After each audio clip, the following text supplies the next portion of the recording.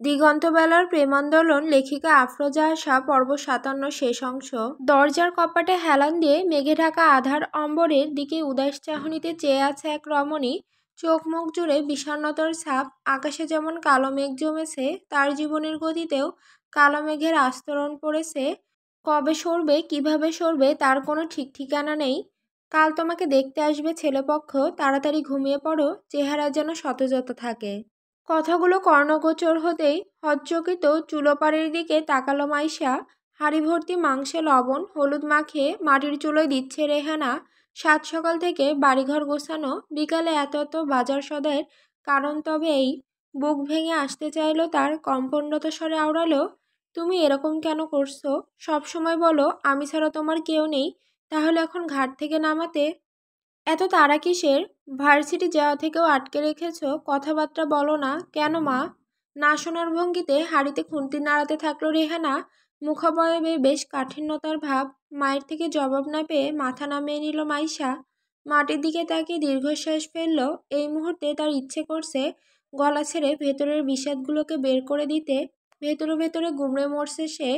মাকে কিছু খুলে বলার মতো মুখ নেই তার। চট্টগ্রাম আসার পর রায়হান একবারও যোগাযোগ করার চেষ্টা করেনি, কোনো খোঁজ খবর নেয়নি। দিশার কাছ থেকে নাম্বার জোগাড় করে মাইশা নিজ থেকে রায়হানকে কয়েকবার ফোন দিয়েছিল, ধরেনি সে। রায়হানের প্রতি ক্ষণিকের হওয়া বিশ্বাসটাও তার ভেঙেছে ভালোভাবেই। মনের ক্ষিপ্ততা দমিয়ে রাখার প্রয়াসে মেয়েটা টলমলে চোখে মাটির দিকে চেয়ে রইল। টং ঘরে ছড়িয়ে ছিটিয়ে বসে আড্ডা দেওয়া ছেলেগুলোর এক পাশে নিশ্চুপ বসে আছে রায়হান।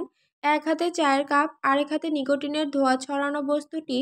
সিগারেটে টান মেরে আবার গরম চায়ে চুমুক বসালো রায়হান। পাশ থেকে ছেলেরা বারবার ক্যারাম খেলার জন্য ডাকছে, কারো ডাক কানে তুলছে না সে। রহমান পাটোয়ারির সাথে প্রয়োজনীয় সব আলাপ সেরে টং ঘরে উপস্থিত হলো দিগন্ত। পুরো এক সপ্তাহ বাদে এখানে এসেছে। নিজের দাপট চালানো জায়গায় পা রাখতেই মেজাজ তার বেজায় ফুরফুরে হয়ে গেল। ঠোঁট গোল করে শীষ তুলতে তুলতে ভেতরে প্রবেশ করলো দিগন্ত। ওর উপস্থিতিতে দলের ছেলেগুলো এক চোপড় চেঁচিয়ে উঠল। চার সিগারেটের হাতে দলের ছেলেগুলো। আশপাশ থাকা মাঝবয়সী ছেলেটা দৌড়ে এসে দিগন্তের দিকে সিগারেটের প্যাকেট এগিয়ে দিল। ওর মাথায় থাবা বসিয়ে রাশভারী স্বরে আওড়ালো দিগন্ত, সিগারেট ছেড়েছি, গরম চা আন। সিগারেট ছেড়েছি কথাটা যেন বিস্ফোরণ ঘটল সেখানে। ক্যারাম খেলতে থাকা ছেলেগুলো হাঁ করে তাকালো দিগন্তের মুখ পানে। সবার দৃষ্টি দেখে বাঁকা হাসলো দিগন্ত। রায়হানের পাশের চেয়ারে শরীর ছেড়ে দিয়ে আমোদিত কণ্ঠে বলে উঠল, বিয়ে কর শালারা, বউ থাকলে সিগারেট লাগে না। তন্মধ্যে একটা জোয়ান ছেলে বলল, ১৬ না হইতেই মাইয়া ভাগাইয়া আইনা বিয়া করছি ভাই, কিন্তু সিগারেটের নেশা সারাইতে পারি নাই। তোর বউ তাহলে পলিটিক্স পারে না? আমারটা নাদান হলেও সে আনা। বিয়ের রাতে জায়গা মতো গাঁটটি মেরে দিয়েছে, মন চাইলেও সিগারেটের দিকে হাত বাড়াতে পারি না।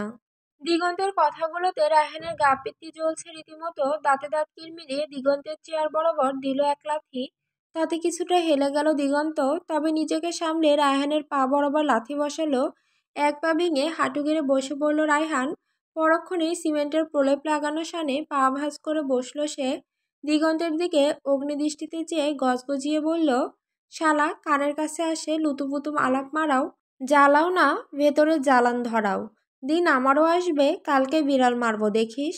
ধোয়া ওঠা গরম চায়ের কাপে ফু দিতে দিতে ভাবলেশীনভাবে দিগন্ত আওড়ালো, সবই আমার মেহেরবানি। তোর শাশুড়িকে আমি না বোঝালে আরো ২ মাস বউ ছাড়া থাকতি, শালা অকৃতজ্ঞ। রং ঢং মারাবি না একদম, বিয়ে হয়ে গেছে, এখন হুদাহুদি এসবের মানে হয়? সবাই হে হে করে খেয়ে দে পেছনে হাত মুছে চলে আসবি, পরে যে সাফারটা আমাকে করতে হবে ওসব কেউ ভেবেছিস? কিসের সাফার? ফোন টোন যে ধরিনি, বউ কি ছেড়ে দিবে আমাকে? কত কষ্ট করে ঠিক করেছিলাম সব কিছু, এখন তো মনে হয় কাছেও ঘেঁষতে দিবে না। ব্যাস, ওষ্ঠকোণ বেঁকে গেল দিগন্তের। অসহায় রায়হানের কাঁধে হাত রেখে ঠেস মেরে বলল, একটু আগে না কে যেন বলল বিড়াল মারবে? ছেলেগুলোর দিকে চেয়ে দিগন্ত প্রশ্ন ছুড়ল, কিরে তোরা শুনিসনি? শুনছি ভাই, শেষাত্মক হেসে বলল দিগন্ত, আমাদের ডেরার ইঁদুর বিড়াল মারার স্বপ্ন দেখে। দিগন্তের কথা শেষ হলো কি না হু হা করে হাসলো ছেলেগুলো। রায়হান কটমট করে তাকালো তাদের দিকে। তা দেখে আরেক দফা হাসি হট্টগোলের রোল পড়ল। কাঁধ থেকে দিগন্তের হাত ঝাড়া দিয়ে ফেলে ত্যক্ত গলায় বলল রায়হান, সর, তুই শালা নাম্বার 1 শয়তান। বিদায় আনার বুদ্ধি তুই দিয়েছিস আমাকে, ভালো চাস না আমার, চাইবি কিভাবে? নিজে আদতে কিছু করতে পেরেছিস? যেই দেখলি আমার রাস্তা ক্লিয়ার, বউ নিয়ে সুখে সংসার করব, অমনি প্যাঁচ লাগিয়েছিস। খুব হিংসা না? বুঝি বুঝি, সব বুঝি। বাল বুঝো তুমি, বলে রায়হানকে পাশ কাটিয়ে ক্যারাম খেলা শুরু করলো দিগন্ত। আপাতত মন মেজাজ ভীষণ ভালো। রহমান পাটোয়ারি আজ বেশ তোষামোদ করেছে কিনা। ঘন্টা দুই জম্পেশ আড্ডা দেওয়ার পর দিগন্ত আর রায়হান হেলতে দুলতে বের হলো টং ঘর থেকে। কাল চট্টগ্রাম যাওয়া নিয়ে সব কথা শেষে রায়হান বাইকের দিকে হাঁটা ধরল। ওর পেছন পেছন দিগন্ত এলো, তা দেখে লড়াটে ভাঁজ পড়ল রায়হানের। প্রশ্ন ছুড়ল, বাইক তো হারিয়েছিস, জিভ মারিসনি কেন?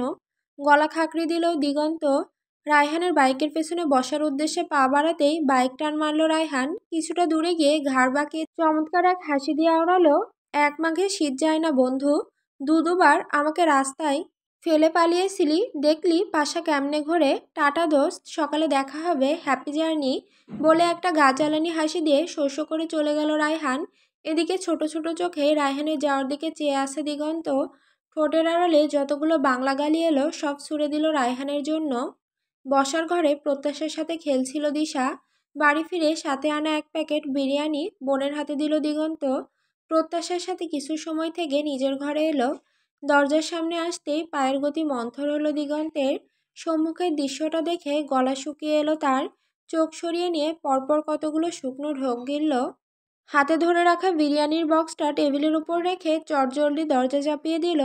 দরজা লাগানোর শব্দে কেঁপে উঠল বেলা। চিরুনি করা হাতখানা তার থেমে গেল তৎক্ষণাৎ। লোকটা এত তাড়াতাড়ি চলে এলো, সাজগোজ তো পুরোপুরি শেষ করতে পারেনি সে। সব এলোমেলো হয়ে আছে। দর্পণে এক পলক নিজেকে দেখে চোখ নামিয়ে নিল বেলা। লজ্জায় গাঢ় হয়ে গেল সমস্ত কায়া। ঠিক সেই সময় পেছন থেকে ভেসে এলো পুরুষালী গম্ভীর গলার কণ্ঠস্বর, সামলাতে পারিস না, আবার শাড়ি পরতে হবে কেন?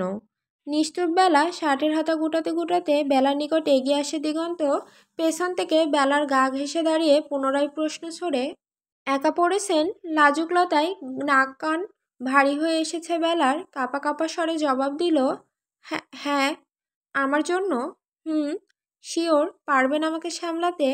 চোখ খিচিয়ে বন্ধ করে নিল বেলা। শুষ্ক অধৈর্যরা ভিজিয়ে আওড়ালো, পারবো। ঠোঁট কামড়ে মৃদু হাসল দিগন্ত। বেলার কাঁধের দিকে আঁচলের অংশটুকু এক জায়গায় জড়ো হয়ে কুঁচকে আছে। হাত বাড়িয়ে আস্তে ধীরে সেটা ঠিক করে দিল দিগন্ত। এদিকে বেলার শরীর কাঁপছে অস্বাভাবিকভাবে।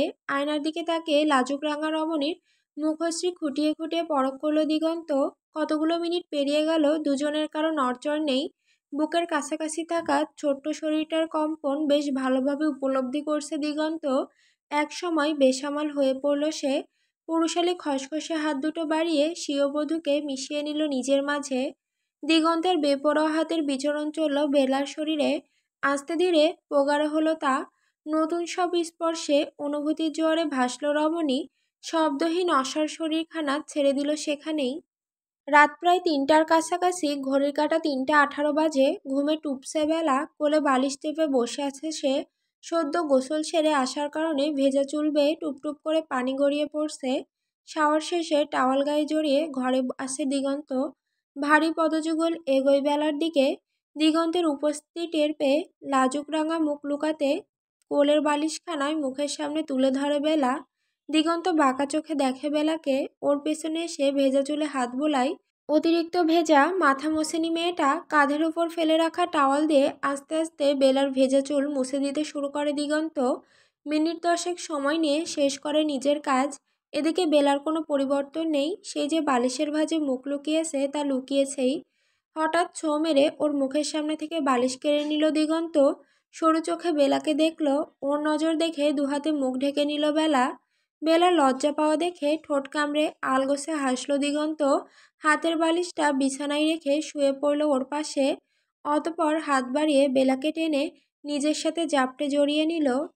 ওর ভেজা চুলের ভাঁজে নাক ডুবিয়ে আওড়ালো, লাজুকলতা ছেড়ে ঘুমাবেন নাকি আমি আবারও লজ্জা ভাঙার মিশনে নেমে পড়ব? দিগন্তের প্রশস্ত বক্ষে মুখ লুকিয়ে রাখে বেলা।